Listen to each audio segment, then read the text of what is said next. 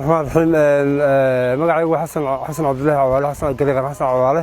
aan isku day saaka waxa isku dayna ku baqdo xarunta sayidida siyaasiga xilan siyaasi ramaax runtii waxa la sidbaraan aad uga xumahay mas'aakiishii kula kulmay xarunta sayididu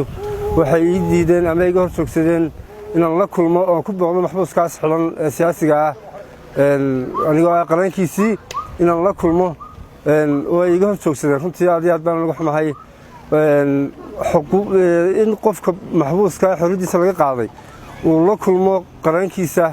iyo dadka ehelkiisa waa xorriyad aasaasi ah uu leeyahay qof kasta oo muwaadin ah oo xorriyadiisa laga qaaday aad baan runtii uga xumahay inaan ixtiraamin hay'adaha dawladdu iyo booliisku sharciga iyo dastuurkii xuquuqdii dadka maxaabiista ay leeyihiin aan ixtiraamin oo ka mid yahay ninka aan qaranka u ahaa isku dayay saakin la kulmo laakiin isdoor ay hor joogsadeen oo ay diideen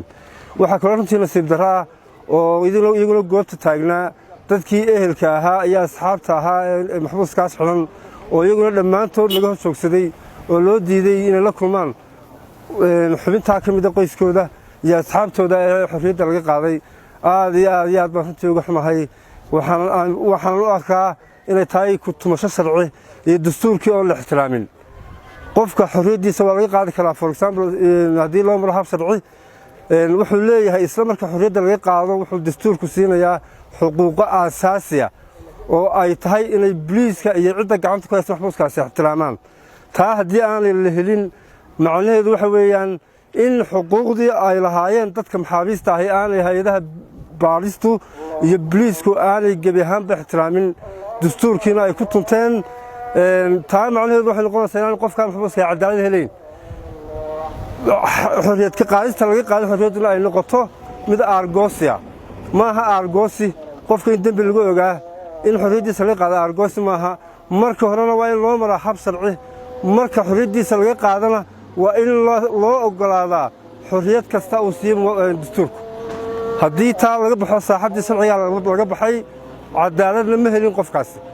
runtii waxaan ku boorinaynaa in ay ixtiraamaan xuquuqda dadka muwaadiniinta sharcigana ay ku dhaqmaan haddii iyagu sharciga ay ixtiraami waayeen hay'adaha dawladdu dee dadkii shacabkaa maxaa laga filayaa markaa waa nasiib darro runtii aad iyo aad weyn waxaanu leenahay waa khalad sharci oo jira runtii dib ha loo saxo madaxda sare ee booliiskuna khaladkaas ha saxaan maxaabiista xidhan uu ka mid yahay siyaasiga xidhani ha loo oggolaado xorriyaadka aasaasiga ay leeyihiin inay qarannadiisu la kulmaan ehelkiisu la kulmo asxaabtiisu la kulmaan si furan inta iyagu ay xaqa u leeyihiin uun ha gutaan yaanay laakiin caqabado hordhigin oo aanay albaabada ka xidhanayn